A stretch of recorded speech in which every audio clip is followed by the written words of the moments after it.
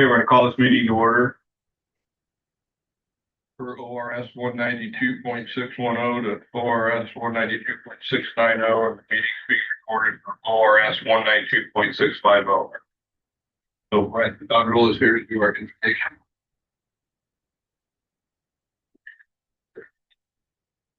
Father, thank you tonight for the freedoms you've allowed us here in this country. I'm thankful for each one of these on the board, staff and volunteers. We thank you for their service to the community, and I pray tonight that these board members would have wisdom so they can make decisions that are good, fire district good for the community. Pray help them to know not just what to do, but when to do it. Pray you give them, Father, a humble attitude, sense of listening and taking input. And then I would just pray for your blessing on them, for their service. It's on their lives. We just pray for this meeting that you would lead you well in this. We pray in Jesus' name. Amen. Amen. Flag salute. Thank you. Pledge allegiance to the flag. Dance.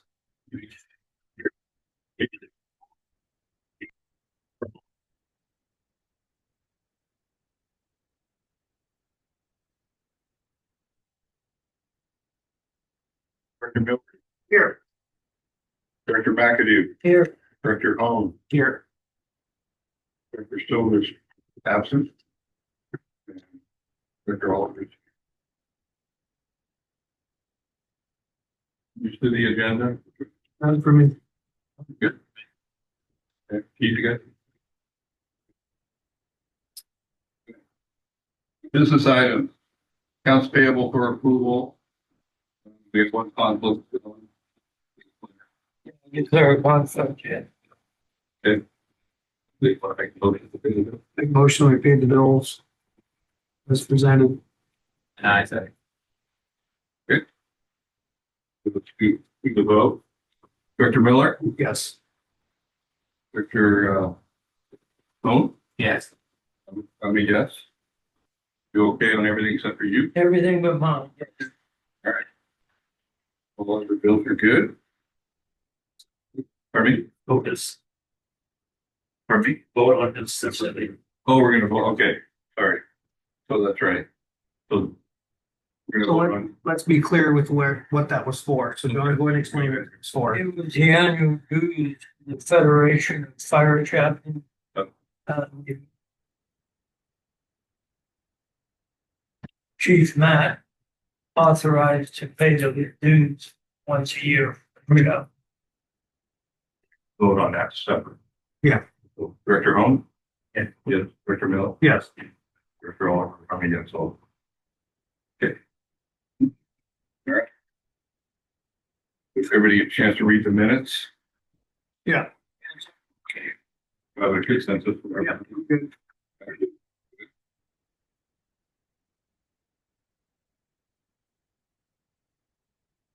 O'Connor, B3 salary survey.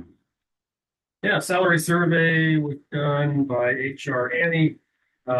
We did that for the finance officer and administrative assistant, and Angel mostly headed up the project. But started out, we have the finance officer, and probably thinking the same report they presented to us. But on the second page, the compensation summary shows you what total cash compensations are in percentiles. You have the 10th, 25th, 50th, 75th, and 90th. What are the Injuries. And so basically what it is of the groups that they surveyed, that's where the salary or the pay fell. And the target for us would have been 50th percentile or better.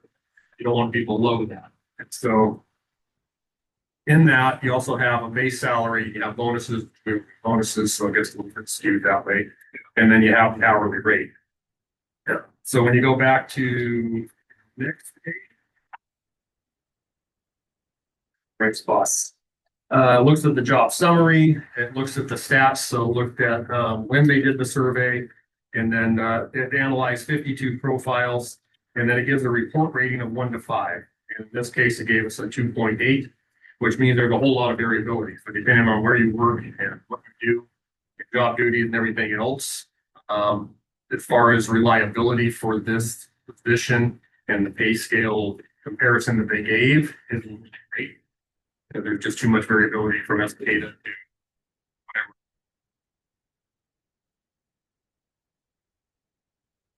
In our case, you look at this particular survey and where we are by pay, we're somewhere between the 75th and the 90th percentile, which is a good place to be.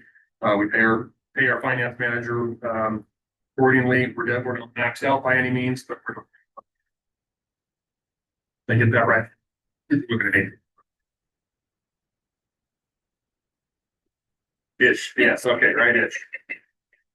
Next one is the administrative assistant, which is Angel's job, and it's the same type of survey.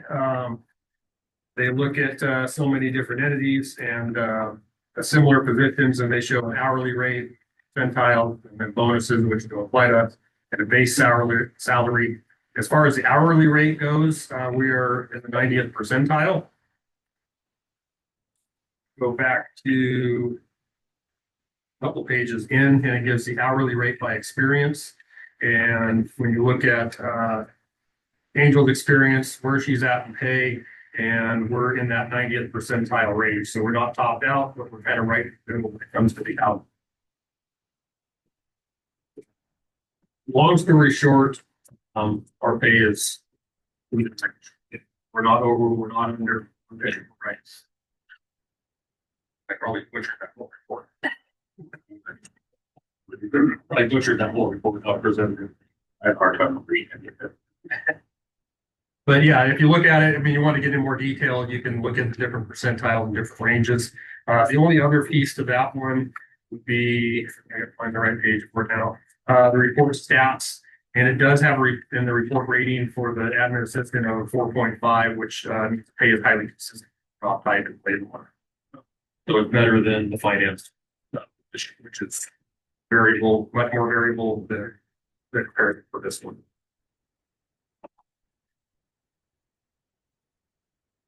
Good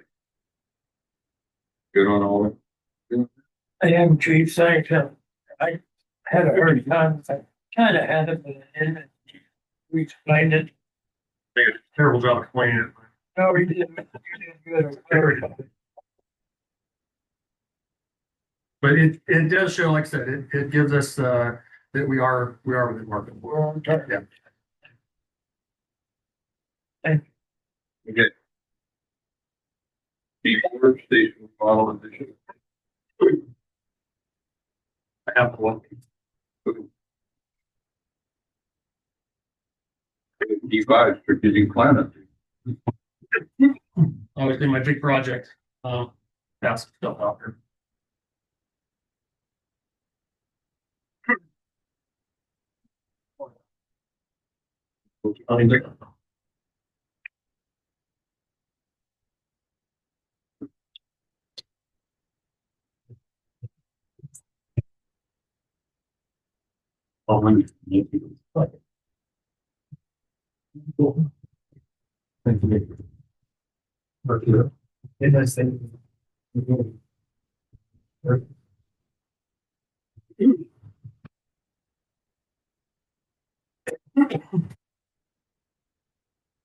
All right, so the strategic plan report, this is the draft copy in front of you. You can ignore the numbers that are on top and whatnot. Those are I'm just keeping track of what I had out. So the first page you're going to come to is the executive summary, and it talks about the process, it talks about the development, and then continuous improvement. And these first few pages are somewhat of fluff of the document. Talked about what is a strategic plan, how that applies here. It's it's a structured process for stakeholders within the shared organization, so we have a mission vision moving forward. We made this a community-driven strategic planning process. think most of you were there at the community event that we did down here at the community center as we put this together. Talked about the strategic linkage, how the mission, vision, values, plan, budget, and operational plan all go together, part of the planning cycle. And my intent with this is to give you guys this today. We'll do this overview, take it home, and over the next month, look at it. We can meet if we need to, and then we can come back at the next meeting. So if I'm rushing over this, I feel like we're not going to come back.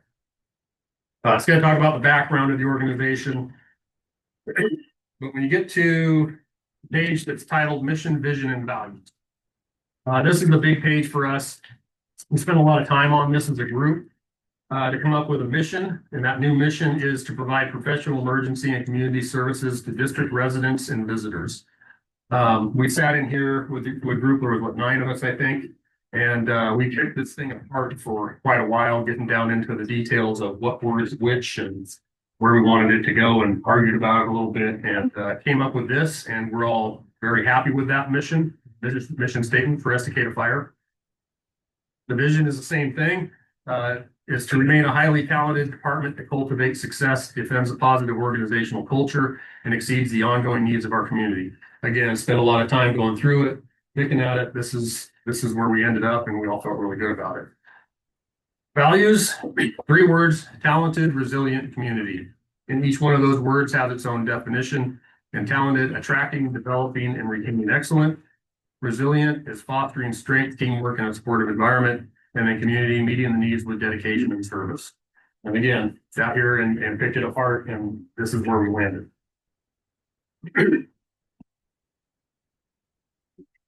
Yeah, we're very happy with that. And if nothing else came out of this, and we just came up with those 3 things, I'm happy with that alone. But these 3 items are what guide the rest of the talk.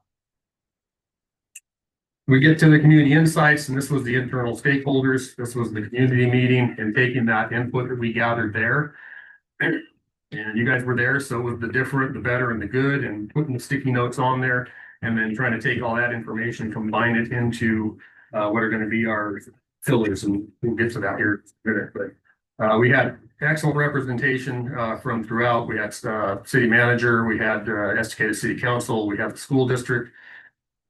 We have citizens, volunteers, business owners. We actually got a really good turnout. We put a lot of invites out, and probably 3/4 of those people actually showed up and provided input. Inside that, the community insights with the external stakeholders came out with what's working well, and that was that we have a strong emergency response and service commitment. The community has high confidence in our dedication, professionalism, skill of emergency responders. Our community outreach and education efforts, very well received. Appreciated public safety education programs, fire prevention initiatives, recognizing their impact in community, keeping the community safe, and then collaboration and partnerships. Many attendees highlighted the student and the strong commitment by the volunteers in helping protect the community and its residents. What could be enhanced or things that we can improve on? Expanding community engagement, which I find a little bit ironic since we said it worked really well, but at the same time, they want to see more. So while public education efforts are celebrated and valued, there's an opportunity to increase community education, training, and outreach to ensure that all residents have access to safety resources. And then optimizing response efficiency was another item that could be enhanced. What could be done differently is felt that we can leverage technology and innovation better, and that we can enhance our EMS program. The potential in the district providing EMS transport was a big topic. In the document review, this is where the consultants grabbed all our information. Various items that we have, our former strategic plan from 2016, our budget documents, the annual reports that I put out, all that information was gathered by them, put together to help us get to this document. I talked about internal surveys. They talked about our internal survey, talked about low staffing, apparatus replacement, station size and condition. I think these are all topics that we've discussed either here or one-on-one. The planning team reviewed the 2016 strategic plan The team observed the agency was deficient in tracking the progress on achieving its adopted goals and objectives. And for most of us, actually almost all of us, we weren't here for it, so we really can't speak to that. The annual reports was noted there was a decrease in incidents, but there were more structure fires. We've had an increase in fires. And then, of course, the report notes that the fire districts outrun the current station. The budget supports our current staffing. The data reports are gaps in data and missing information, but at the same time, no benchmarks have been established. A new data management system is presently being considered like we're actively pursuing. Our organizational inputs from our internal stakeholders. You look at the SWOT analysis, which is the internal origin and the external origins. And what we have is the helpful strengths, which were listed as skilled workforce, a healthy budget, the culture, the administration, the leadership, the community support, community engagement. And then in the external origin for opportunities were grants, collaborations, outside training, and community outreach.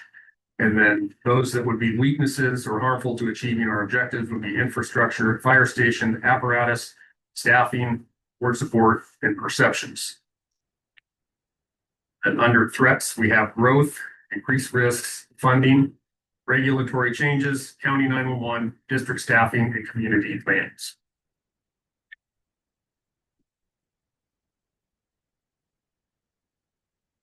Plan overview, where we get into the strategic pillars. And this is really the meat and potatoes of the whole document. And that's our operations, our logistics, our community risk reduction and prevention, recruitment, retention and training, and administration. Broke that down into our 5 pillars. And then each pillar has somebody assigned and then also has somebody assigned as a backup. So when you look at operations, you have Chief Smith in there, and then Chief Aldridge as his backup. And support services, which is also logistics, would be Chief Aldridge as the lead, and then Chief Smith as the backup. Fire and life safety, which is your prevention, community risk reduction, the Chief Poet, and then I'm as the backup. And then our recruitment retention training, we've renamed to workforce development, and organizational sustainability. Mouthful, but Matt's capable. So he would be the primary, and I would be the secondary. And when it comes to the administration, be myself and Nicole Meyer.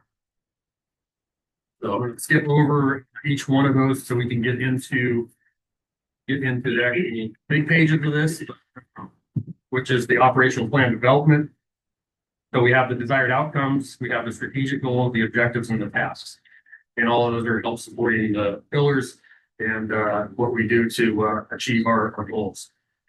So in the first page of the operational plan, our strategic goal number 1 was develop and implement staffing model that ensures safe and effective service delivery. So underneath that strategic goal 1, you have objective 1, which is increase staffing at the estimated fire stations. We can create standard cover for help next, and then monitor performance monitoring. And then each one of those objectives has their own task. Strategic goal 2 is enhance emergency preparedness. Risk assessment and planning would be an objective. Resource management is objective 2. Collaboration and maintenance. Under strategic goal 3, you have strengthened collaboration with partner agencies. Objective 1 is to update and maintain mutual aid agreements with all agencies. Objective 2 is to coordinate with local and state governments for emergency management. And then objective 3, plan, coordinate annual disaster management training. And all these are supposed to help achieve the desired outcome up at the top, which is protect live property and the community through dedicated response. Everybody follow so far on the pillars? Go over to strategic goal 4, and you have promote health and safety of personnel with an objective of 1 of encourage a culture of safety and support. Objective 2 is provide access to mental health and wellness. Objective 3 is to ensure proper protective gear and equipment for all members. Strategic goal 5 is implement research, innovative technology, improve record management system data and outputs, research artificial intelligence for more efficient and effective operations. Objective 3 is research and implement new tools with the latest technology for improved incident mitigation. Again, each one of those has tasks associated. There's spots for 5 tasks for each one of those, but it doesn't have to have 5. It could have 2, it could have 1. Most cases, it's going to have 4 or 5, but I can see a blank, and that's by design. The horizon issues were for everything after year 5, like looking way out. And we didn't put a whole lot of emphasis on that, only because it's so far down. It's really hard to say if this is what it's going to look like year 6 or 7. But we have obviously the economy, growth, and demand for service are ongoing issues that we see currently, and we're going to continue to see. With that, you have the economy, tax revenues, construction costs, equipment costs, all that. Continued fire district and community growth. There's housing, housing for firefighters, and then the regulations, standards that continue to get thrown at us. And then another horizon issue would be future substations. That would be accommodate the standard cover and service. Ratio.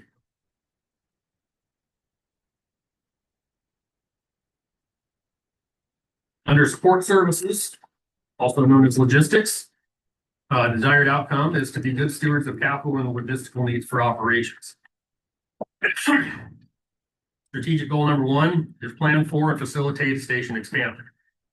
And then objective 1 is to find research upgraded facility needs and phases of construction. Objective 2 would be street vacating, pre-plat tax lots. Objective 3, station addition construction.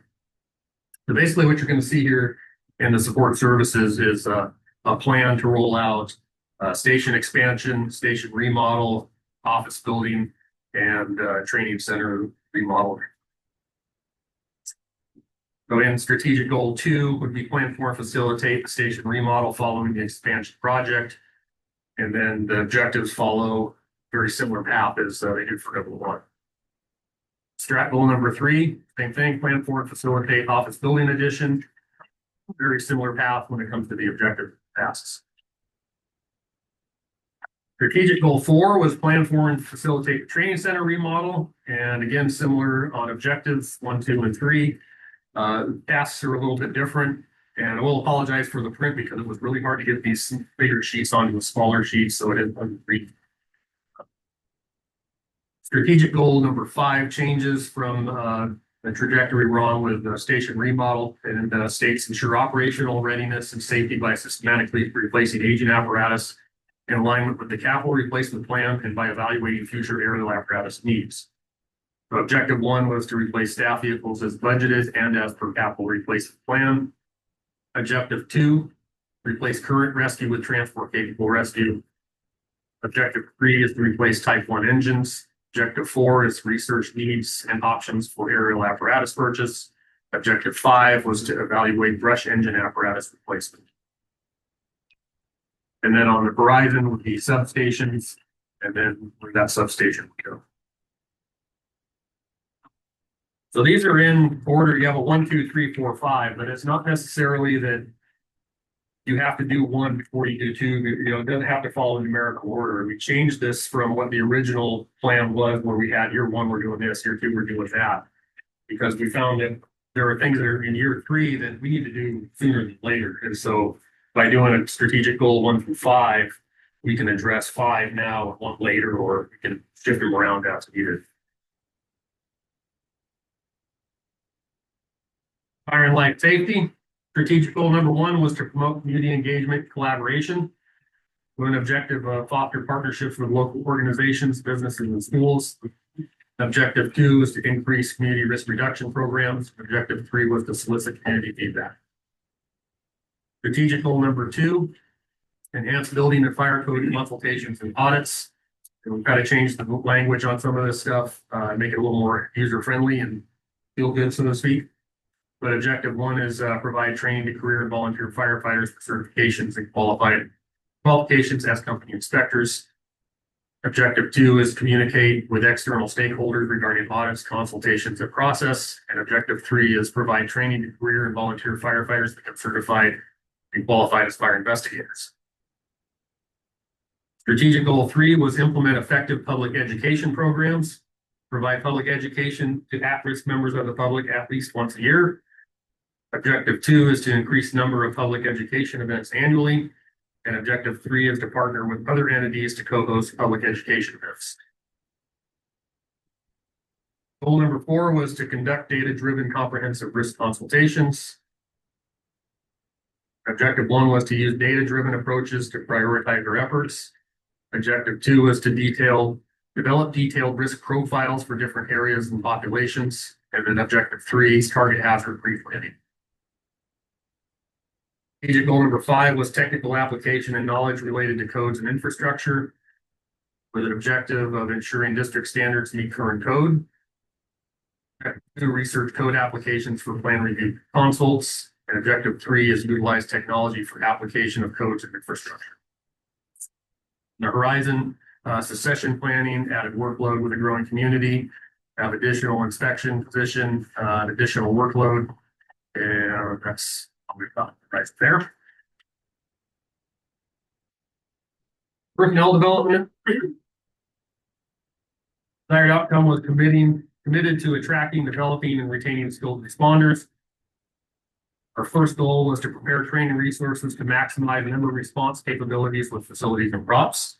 And the objective there is to facilitate the training tower facility. Objective 2 was the site preparation for a training facility. Objective 3 was to prepare for building of the tower. Strategic goal 2 is to enhance training program focusing on development of new programs and equipment to exceed BPSST and FPA requirements. Objective 1 was implement start of the program. Objective 2 was equipment and inventory awareness. And objective 3 was equipment training maintenance for proficiency. Implement succession plan to identify individuals for promotion, establish benchmarks, and implement personnel plan for long-term stability was strategic goal 3. Objective 1 was identify key leadership roles and implement mentorship. Objective 2, develop benchmarks, budget, and qualifications. 3 was confirm continuity and stability. Strategic goal 4, create comprehensive mentorship program for the organization with an objective of create program outline for mentorship, identify training needs and opportunities, and implement mentor program. Strategic goal 5, create comprehensive internal communication plan for all district members. With an objective of survey members for needs for communication requirements through comprehensive needs assessment, comprehensive needs assessment. Objective 2 was to prepare for acquisition of new materials to enhance the communication, and objective 3 was implement new items and communication plans. And then on the horizon, the succession planning, mutual aid, environmental issues.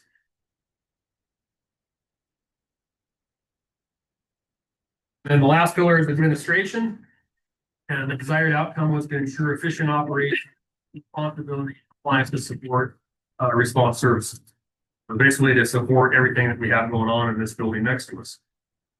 So our first goal is to enhance operational efficiency with the objective of optimize resource allocation, improve response times, and then streamline administrative processes is our objectives. Strategic goal 2 was to improve district facilities with the objective of upgrade the fire station. Second objective was to replace the current administration building, and 3, replace the training facility. Strategic goal 3 was to ensure fiscal responsibility with the objective of continuously seek budget management system improvements. Objective 2 to continue strategic budgeting process, and objective 3 to seek cost savings. And then strategic goal 4 was to leverage data and technology, implement data-driven decision making. Objective 2 to improve internal communication methods. Objective 3, improve cybersecurity and data protection. 5, support emergency response services with the objective of maintain operations and response. Objective 2 to maintain fire and life safety services. And then objective 3 to maintain education, training, recruitment, and retention services. And our horizon issues were finances, demands for service, and succession planning. So as this whole thing goes and you have these 5 different pillars, you kind of hear some repetitiveness to it, and that a lot of things kind of sound the same. The point of that is that with 5 pillars there, that you don't end up with 5 siloed pieces of the organization where training is just training, that's their thing, and prevention is their thing, where it needs to intertwine, it needs to support itself. So as it goes, that's what all of this is doing. So then looking ahead, the commitment to action, which is the next steps in the accountability plan. that's currently where I am right now and working on, putting together the software that actually tracks this over time. And, I just shared that with the rest of the staff here a couple days ago, so more to come on that, but I think I have the nuts and bolts of this implemented into there, and it should work for us to continuously track what we've done so we can check these boxes. And we also have the ability to add to it. So as we go and maybe we decide something isn't working for us, we can backtrack, we can undo it, and we can go a different direction. So this whole thing isn't stuck in that we have to do it this way. There is the ability to change direction. So in a very short time that I sat here and rattled on about all this, that's it in a nutshell. But I feel really good about the document. The staff here feels good about it. We've put a tremendous amount of time into this over the last 6 months. And we're all sold on it. I think specifically those that have to spend 3 days in here, all of us together, we really hammered this thing out, and we're real happy with the document there. So I encourage you to take it, take the next month to look it over, reach out. I mean, I call Chief Alto, Lieutenant Corporal, Fire Marshal Poet, Chief Aldrich, Firefighter Diamond here. He said he's out on the call. There were 9 of us in that group, and could probably all tell you all about this thing. We've been through it again. So This is gonna have a huge, impact on your budgeting process this coming year. yes, Absolutely, and rightfully so. You do this.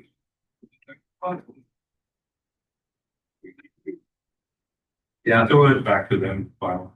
Well, it's more or less it's finalized pending adoption. And in a lot of ways, a lot of what's here, we're kind of already doing it.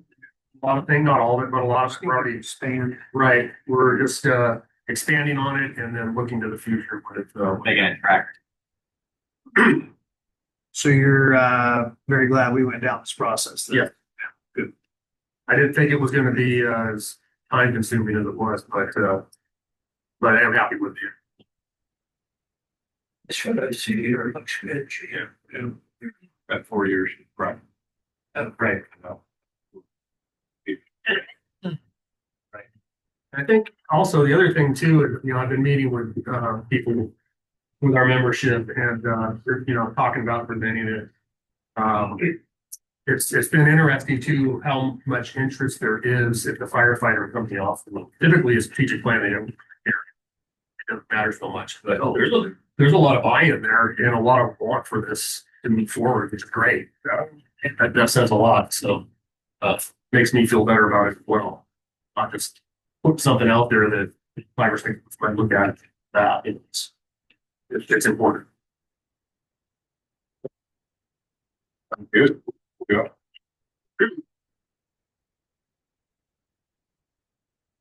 Okay, so we have B6 board policy procurement. Yes.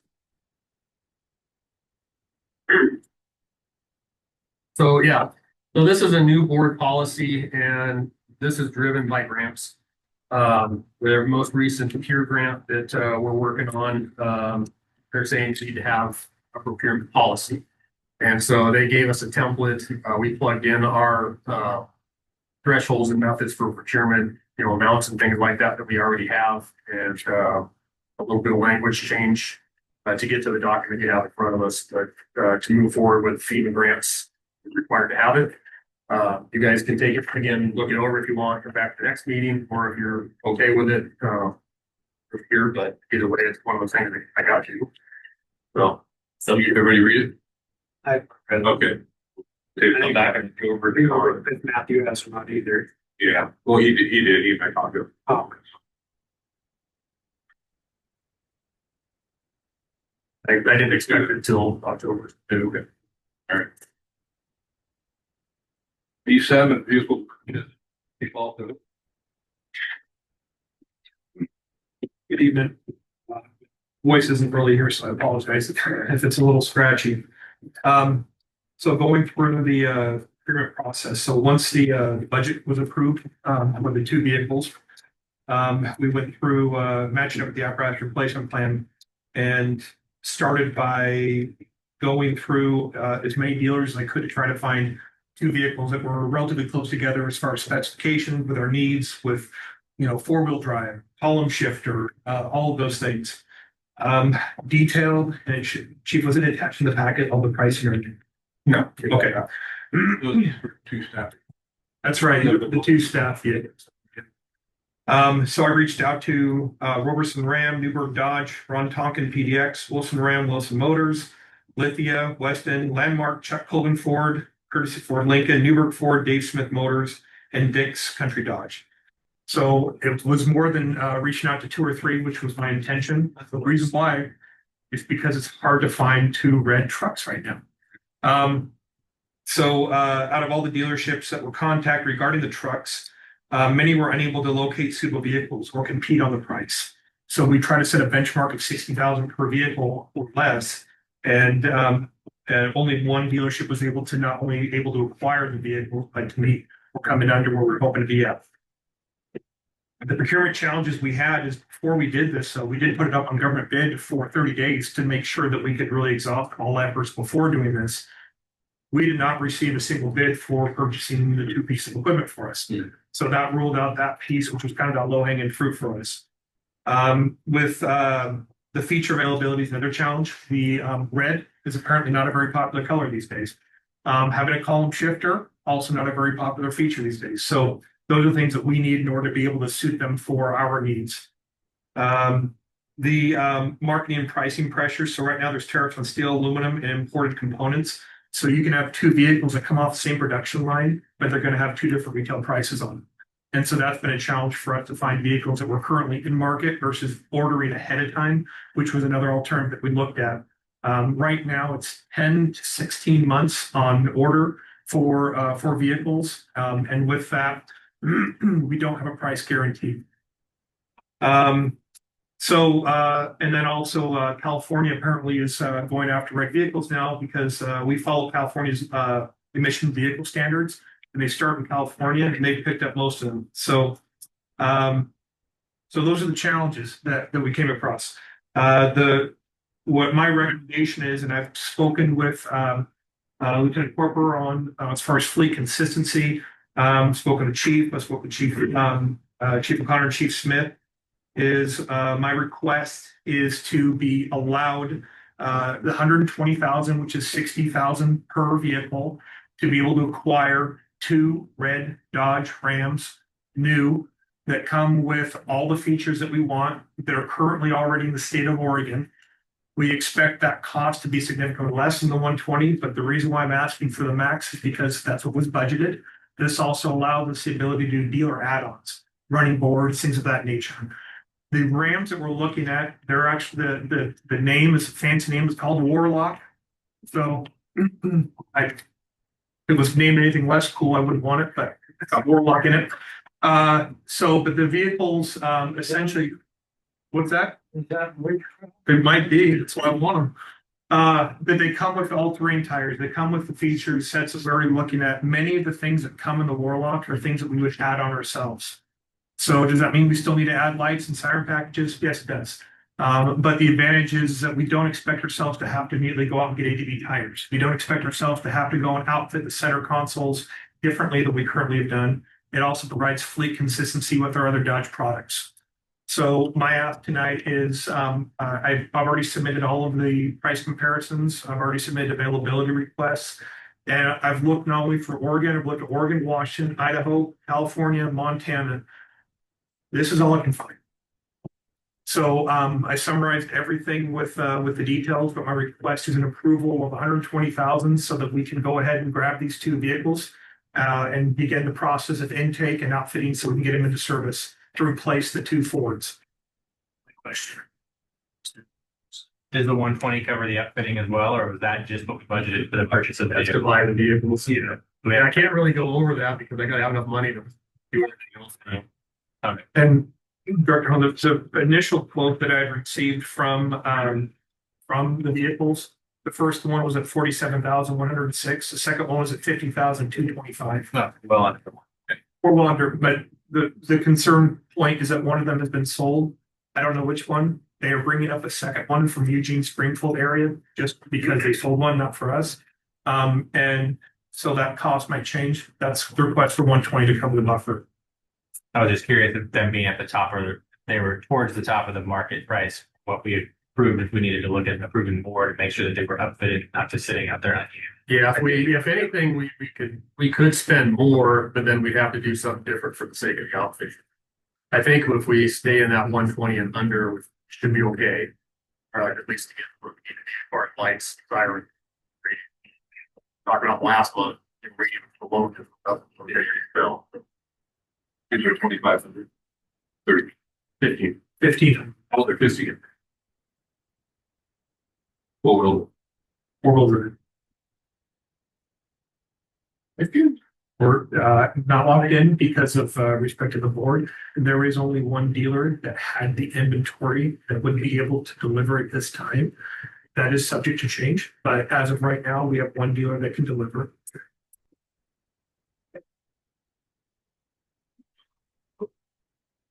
Yeah, make a motion to purchase the vehicle to approve the budget amount that's budgeted. Do you have a second? Yeah. Okay, go for a vote. Director Miller, Yes. Director McAdie, Director Holmes, Yes. yes. Make that phone call tomorrow. Thank you. Thank you. All right. Finally, is your chief's report, chief. You've done a lot. I know, right? 160 calls last month. We were up to 1,104 for the year. Engine 331 continues to require a lot of maintenance. We had to, the phone unit worked on, the onboard generator was worked on. We got a seat belt issue, pump pressure relief valve, and ground light issue all corrected. The seasonal staff completed 148 hydrant inspections. You probably noticed that our these source fittings are on a lot of hydrants out there now. Great. We had 11 plan reviews completed this last month.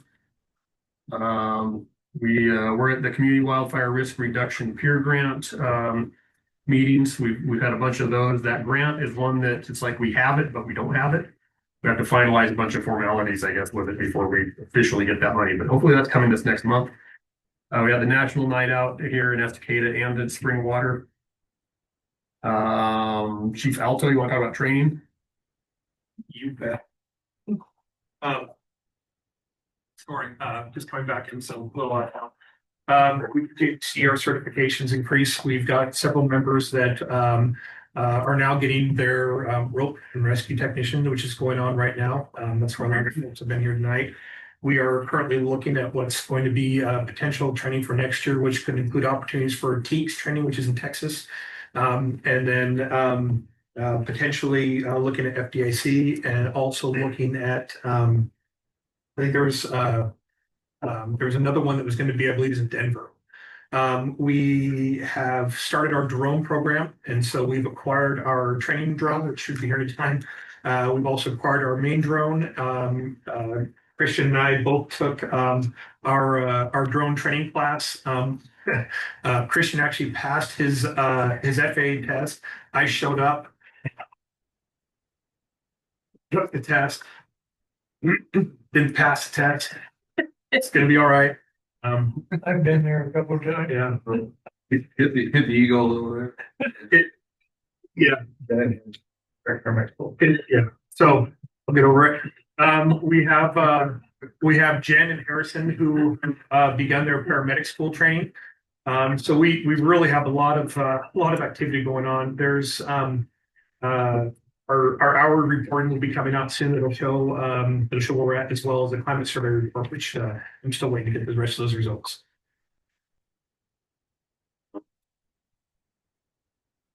Volunteer of the month. Micah over here got it for July. And then Mary is here. Yeah, Mary's in the back. She got August. Congratulations.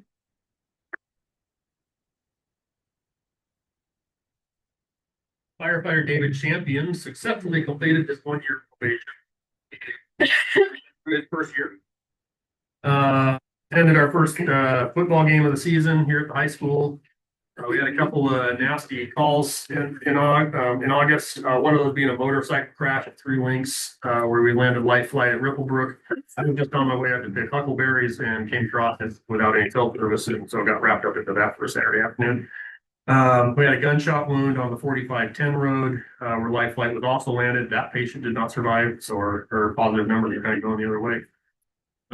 We provided mutual aid to Clackamas Fire District for a very large commercial building on Ridge Road. We sent 3 units plus myself to that. While everybody was over there on that, we also handled a motorcycle versus the deer.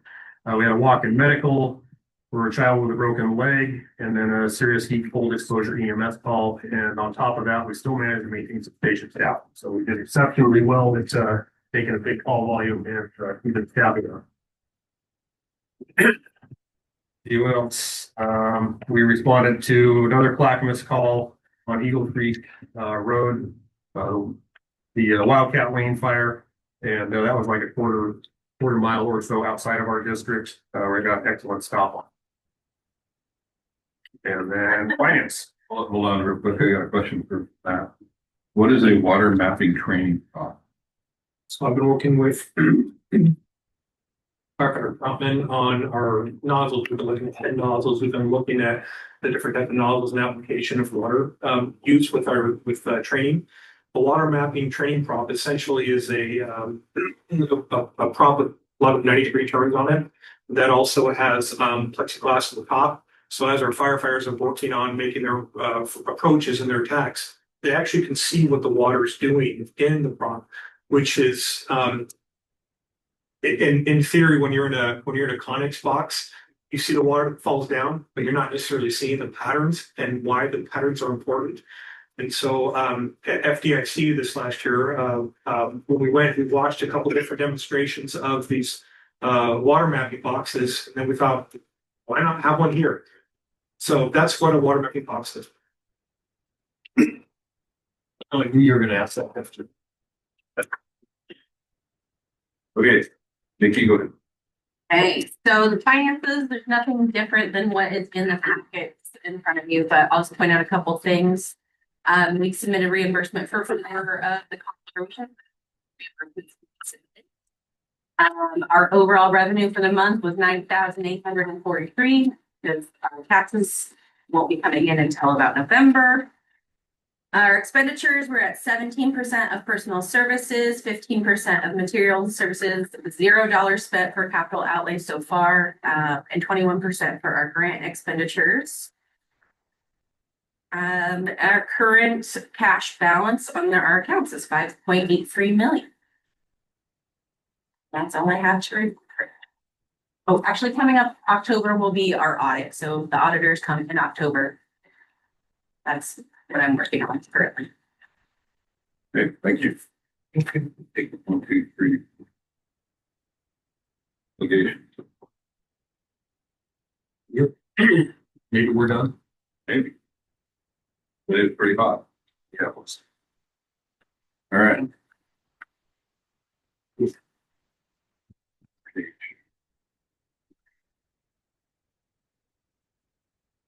Okay. There'll be public comment. There's no comment. Anybody up there?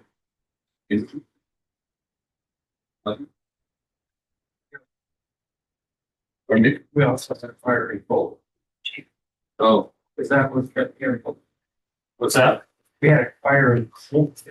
Cold fire? Yeah. Oh, yeah.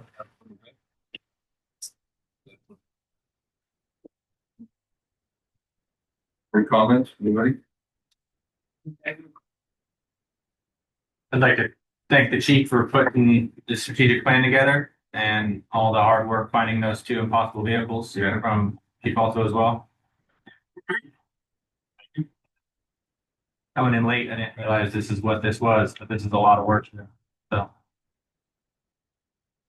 It's coming for a long time. yeah.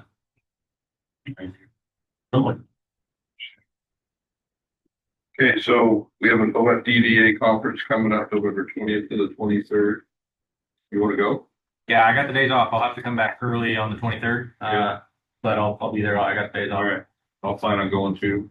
I don't know if you're gonna go, John. I'm already. Yeah, he's all signed up. The only motel room that's left now in the packet is Best West. Okay. The other two that I really wanted are filled up. So, and you need to get our. So if you do your own, accommodations, I'll do a per diem request for you.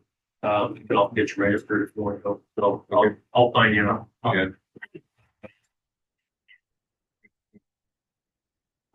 And we included. Yeah, I'm gonna. Yeah, three of them. Great, Brian. That seaside coast someplace. I think we're doing, he's like, The seaside, yes. you get all the, Can get it full up and River Tides is still no rooms on the day. I run it Holiday Inn, that's where I've already got before. all I remember about the river tide. Yeah, you guys, I got shot that I had to walk a mile and a half to mine room. And you guys, remember I was complaining about that? You guys were up by the door and I had to go way down. I could probably get your room. Well, the seaside fire station, probably. Well, they go on the call. I was off that a couple years back. Stopped by the fire station. Thought, oh, we got an extra bunk here if you want. That's how Tiger Smith.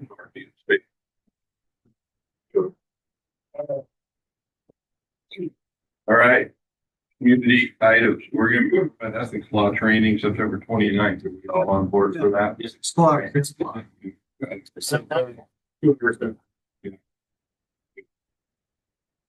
next meeting, regular board meeting will be October 21st at 6 p.m. There's nothing else. We're adjourned.